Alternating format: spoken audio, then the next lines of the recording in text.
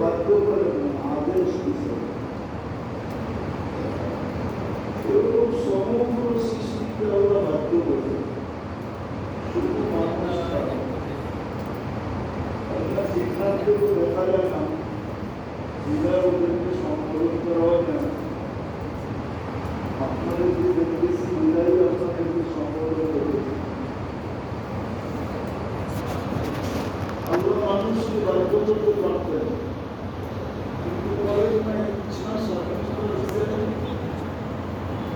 আদেশ করতেন যখন আমার কথা শুনো বা কোরআন শুনো বা কোরআনের কথা শুনো পরিপূর্ণ মনোযোগ দিয়ে শুনো দ্বিতীয় আদেশ দিয়েছেন বিলকুল নিয়োগ সেইটা শুনো বুদ্ধার উপরে একটা জিনিস নির্ভর যেমন বিল্ডিংটা দাঁড়া আছে খুঁটির উপরে তিনি আমাদের নিরবতা মনোযোগ বুদ্ধার উপরে নির্ভর ছিল একটা জিনিস এই আয়াতে বলা আছে আল্লাহ সন্দেহহীন সন্দেহ ব্যতীত নিঃসন্দেহে আমি তোমাদের উপরে রহমতের বৃষ্টি বর্ষণ করব আমাদের এই ছোট জীবনটা আল্লাহর রহমত ছাড়া এক মুহূর্ত চলে না মানেন না মানেন না আল্লাহর রহমত ছাড়া এক মুহূর্ত চলে না উদাহরণ নেই বিদ্যুতের লোডশেডিং এখানে হয় যদি অক্সিজেনের হলেও কি করতেন কি করতেন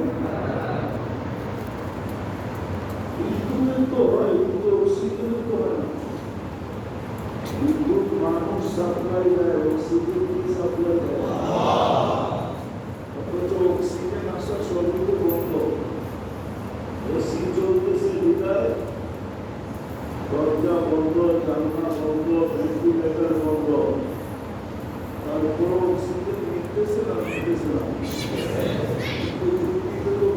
নাম জানার কথা ছিল সব বন্ধ অক্সিজেন আসে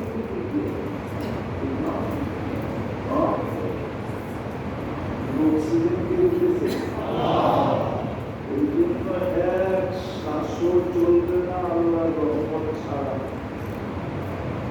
সেটাই কোরআনে আল্লাহ ইঙ্গিত দিয়েছেন আমি বলে পোকারা মায়া ভুলে যাওয়া না মায়া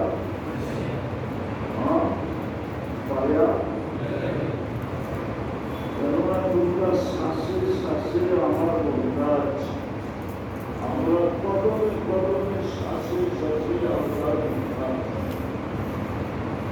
আল্লাহর মন্দাজ আমরা মুখাপেক্ষী মুখাপেক্ষিতা পূরণ হবে কি দিয়া ওটাই বলেছেন আল্লাহর রহমত দিয়া মুখাপেক্ষিতা পূরণ হবে আল্লাহর রহমত যদি আমাদের সাথে না থাকে তাহলে আপনি এক শ্বাস নিতে পারবেন মানুষের ভিতরে শ্বাস নেওয়া এক শ্বাস নেওয়ার ক্ষমতা হবে স্বাভাবিক শ্বাস নেওয়া যে কত দাম ওটা কখনো চিন্তা করছেন উদাহরণটা বুঝাবো 2020 বাংলাদেশের সবচেয়ে বড় শিল্পপতি প্রথম শারীরিক শিল্পপতিদের একজন মারা গেছে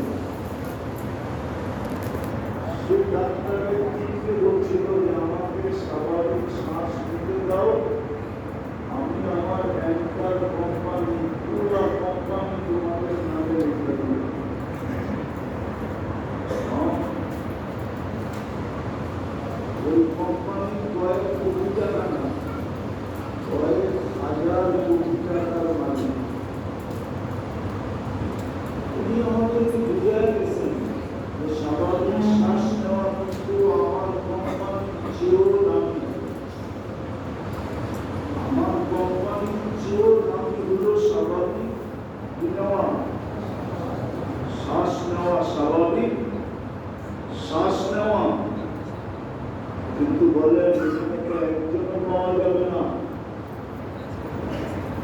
কোন যুবকও পাওয়া যাবে না, বৃদ্ধও পাওয়া যাবে না যে আমি একদিন নির্জনের বৈশা 1 মিনিটের জন্য ভাবছি যে আমি যে স্বাভাবিক শ্বাস নিতেছি এটার নাম কত।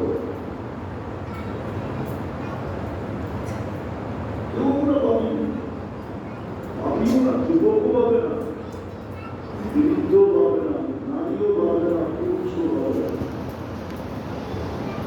অথচ স্বাভাবিক শ্বাস নেওয়া অনেক দাম। এটাই শিল্পপতি আমাদেরকে মেসেজ দিয়ে চলে গেছেন, বাংলাদেশের মানুষ শোনো, আমি স্বাভাবিক শ্বাস নেওয়ার জন্য আমার 1000 কোটি টাকার কোম্পানি আমি এখানে প্রস্তুত ছিলাম, যদি ডাক্তার আমাকে স্বাভাবিক শ্বাস নিতে দিতে পারত, কিন্তু পারেন। আল্লাহর রহমত ছাড়া আমাদের জীবনটা এক মুহূর্ত চলবে না। এটা ভালো মতে ব্যাখ্যা নেই। এই জন্যই আমরা হুকুম দিচ্ছেন যে আমার রহমত আমাদের উপরে লাগবে কখন, যখন তোমরা কথাগুলো খুব মনোযোগ দিয়ে শোনো, পরিবেশটাকে বিলকুল নির্জম রাখবা, তাইলে আমার রহমতের সংযোগ তোমাদের সাথে থাকবে। আর আমার রহমতের সংযোগ থাকলে কি হবে জানো? একটু একটা উদাহরণ দিয়ে বুঝাই। পরশ পাথর লোহায় লাগিয়ে যেরকম লোহা সোনা হয়, আল্লাহর রহমতের ছোঁয়া যার সাথে থাকে, সংযোগ যার সাথে থাকে, সেই মানুষটা সোনা হয়। দুনিয়ার সোনা মানুষ কাগজ দিয়ে কিনে, কি দিয়ে? কাগজ চিনেন? টাকা কিসে? কাগজ দিয়ে কিনে। আল্লাহর রহমতের ছোঁয়া লাগার দ্বারা যে মানুষটা সোনা হয়, ওই মানুষটাকে আল্লাহ জান্নাত দিয়ে দিবেন। এই জন্য কোরআন ইঙ্গিত দিছে, ইঙ্গিত, আমি তোমাদেরকে কিনব, কিন্তু শর্ত হল সোনা হোক, স্বর্ণ হোক।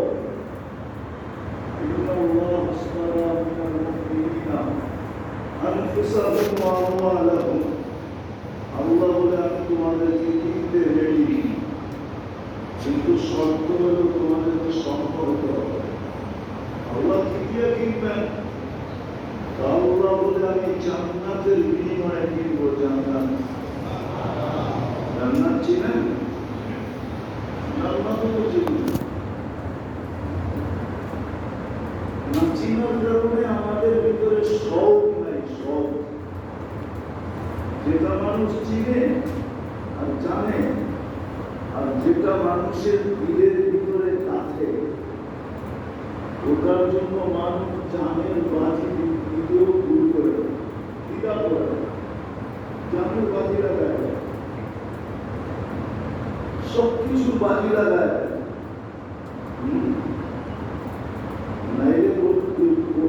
নাইলে একটু বিশেষ বোতল কেন কাম করে, নাইলে এলাকায় বহু যুবক পাওয়া যাবে বিশেষ বোতল পান করে গেছে, কিনা? বহু যুবতী পাওয়া যাবে বন্যায় গলায় বন্যা কাঁচায় চলে গেছে, দিলে গেছে গেছে। আজকে জান্নাত চিনিও না, জানিও না, দিতে গাছিও না। এই জন্য জান্নাতের শখ আমাদের ভিতরে নাই। এক সময় ছিল প্রত্যেকের ভিতরে জান্নাতের শখ ছিল, উদ্দেশ্যই জান্নাত ছিল। আজকে উদ্দেশ্য জান্নাত না, মিললে মিলল, না মিললে না মিলল। চাওয়ার ভঙ্গিতেই বোঝা যায় জান্নাত উদ্দেশ্য না। চাওয়ার একটা ভঙ্গি আছে না, খানদানি ভিক্ষুক দেখতেই বোঝা যায়। খানদানি ভিক্ষুক বুঝে, খানদানি ভিক্ষুকের আলামত কয়টা জানেন? নিদর্শন চারটা। কয়টা? সবার কাছে যাবে, পূর্ণাঙ্গ ভিক্ষুক দেখলে ওর কাছে যাবে না, বাকি সবার কাছে সতর্ক। দ্বিতীয়, সব জিনিস যাবে। এখন তো আর পৃথিবী নাই। ছোটবেলা দেখতাম সিগারেট পর্যন্ত চাইতো যে শেষ টানটা আমাদের দিন। বয়স্ক কি বলতো, শেষ টানটা ধরাই দিন না, শেষ টানটা আমি দিয়ে দিই। তো বিড়ি পর্যন্ত চাইত, সব জিনিস যাবে। তৃতীয়, সব সময় যাবে। ওর জন্য কোনো সময় কমায় নেই। এই জন্য স্টেশনে গেলে দেখবেন সারা রাত্র ভিক্ষুক পাবেন। যান সাইদাবাদ, যান মহাকালী, যান মোল্লাপুর, যান সদরঘাট, সারা রাত্র ভিক্ষুক পাবেন।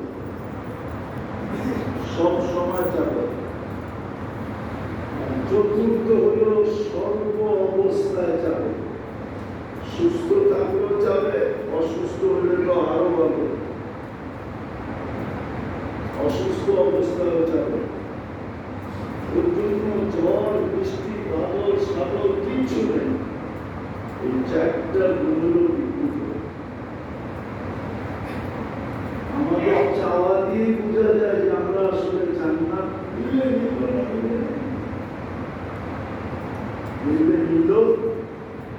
জান্নাত তো চিনি নাই, জান্নাত জানি না, বই নাই, জান্নাত চোখের সামনে নাই। অথচ সাহাবাদের ছিল, যাদের ছিল, যাদের সামনে এখনো আছে, ওরা সারা দিন আল্লাহর কাছে জান্নাত চায়।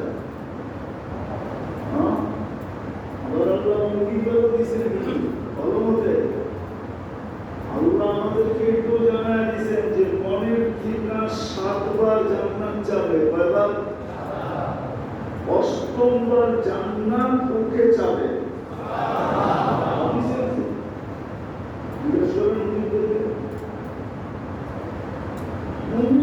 অন্তরের অন্তঃস্থল থেকে যে 7 বার জান্নাত যাবে, 8ম বার স্বয়ং জান্নাত থেকে আল্লাহর কাছে যাবে। যেমন হাদিসে এগুলো আছে যে মনের থেকে 7 বার দুজক থেকে পানা যাবে, তো 8ম বার দুজকই আল্লাহর কাছে বলবে, আল্লাহ ওকে আমার দরকার নাই, আপনি ওকে আমার থেকে মুক্তি দিয়ে দেন।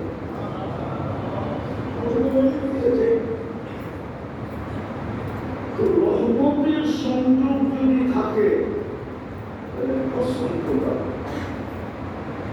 পরশ পাথর লাগলে শোনা হয়, আমি মানি, কিন্তু এটা মানুষ কিন্তু কাগজ দিয়া রহমতের ছোঁয়া যদি লাগলো তাইলে ওইটা মানুষ শোনা হবে, লোহা শোনা হবে না, মানুষই শোনা হবে।